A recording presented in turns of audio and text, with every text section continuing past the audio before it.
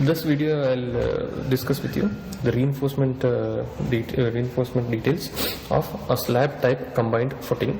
See, here we have a longitudinal section of the combined footing showing the base slab of the combined footing supporting two columns A and B with loads W1 and W2. Here we have resultant R, which is acting at a distance of XA from the center line of the column A and XB distance from the center line of column B. We have projections PA and PB to the right and to the left. Okay, L by 2 is the distance of the resultant from each end. Okay, next we have the longitudinal section of, this is the figure showing the longitudinal section of the combined footing showing the load distribution. How is the load distributed? Okay, see, here we have column loads W1 and W2 acting vertically downwards, but these two loads are concentrated on a very small area, W1 and W2 acting on very small area. But what about the soil pressure? It is acting vertically upward and it is distributed uniformly throughout from the left to the right end. Okay, throughout, uniformly distributed throughout, and the intensity is very small when compared to this load. Now here we have the typical SFD and BMD for a combined footing.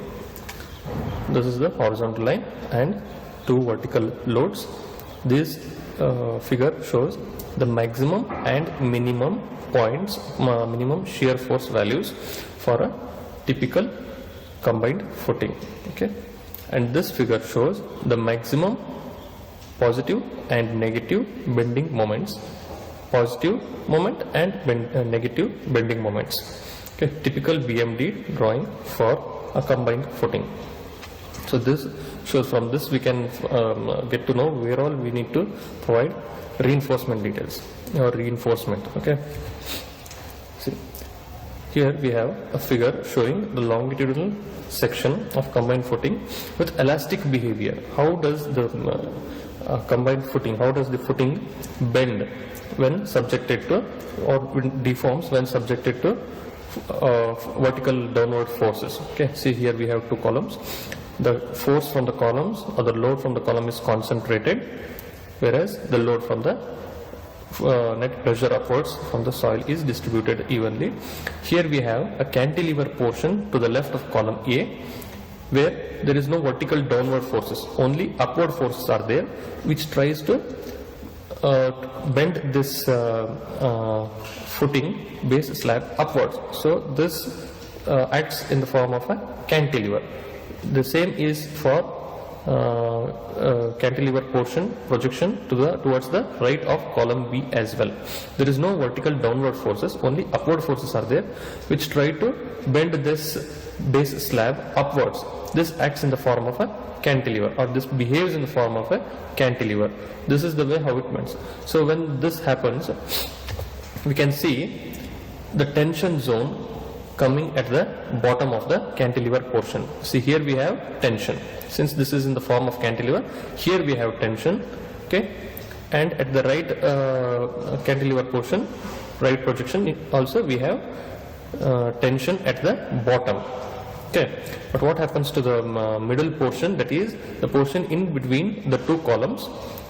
Here also there is net upward pressure at the mid span, and there is no vertical force. So this acts in the there is a hogging moment. Okay, there is a hogging action at the center, hogging.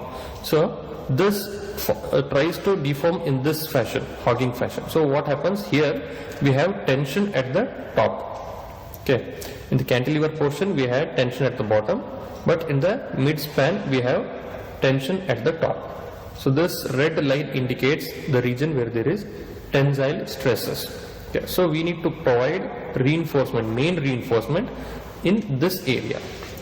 Let us draw the reinforcement. Okay, see here a typical longitudinal section, and see here the red horizontal bar. These are the main reinforcement bar. If you can recall the first numerical done on designed on this one combined footing, There we had main reinforcement bar dia 20 mm provided at 200 mm center to center. Okay, this is the main reinforcement, horizontal red line,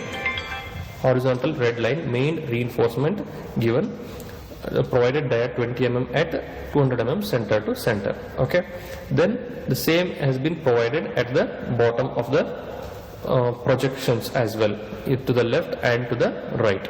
Here we have the bar is bent up, curtailment. Okay, then we have round bars, or here in this figure you can see the round bars, dark color circles.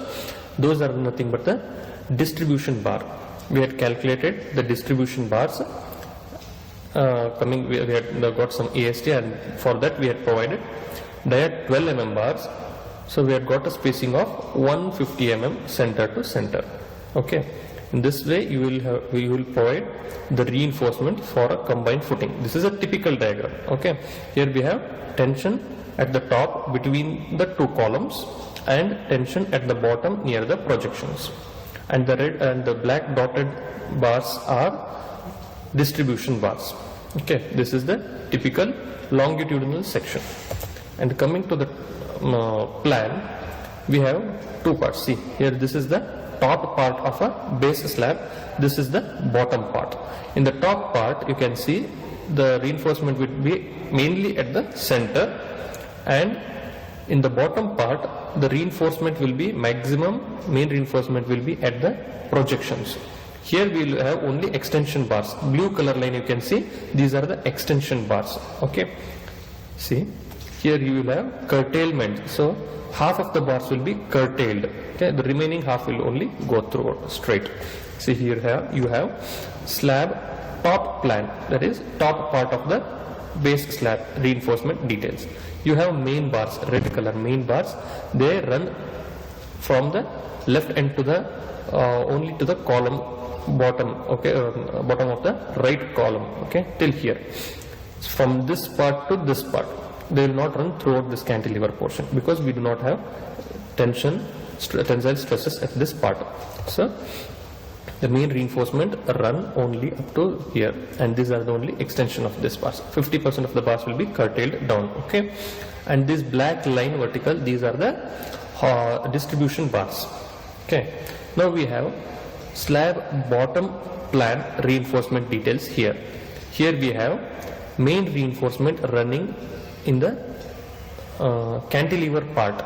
Okay, only in the cantilever part or the projections we have main reinforcement, and in the middle portion we do not have tensile stresses, we have compression stresses, so compressive stresses over here, so we do not provide main reinforcement bar, only we have distribution bars. Okay, here also in the left part, left projection as well, we have main reinforcement only up to the part where we have tensile stress, only till here, only in the cantilever portion. Then we have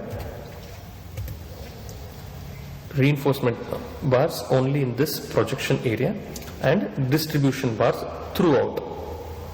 Okay, this is the typical reinforcement details for a combined footing. These are the slab top and bottom plan, and this is the longitudinal section.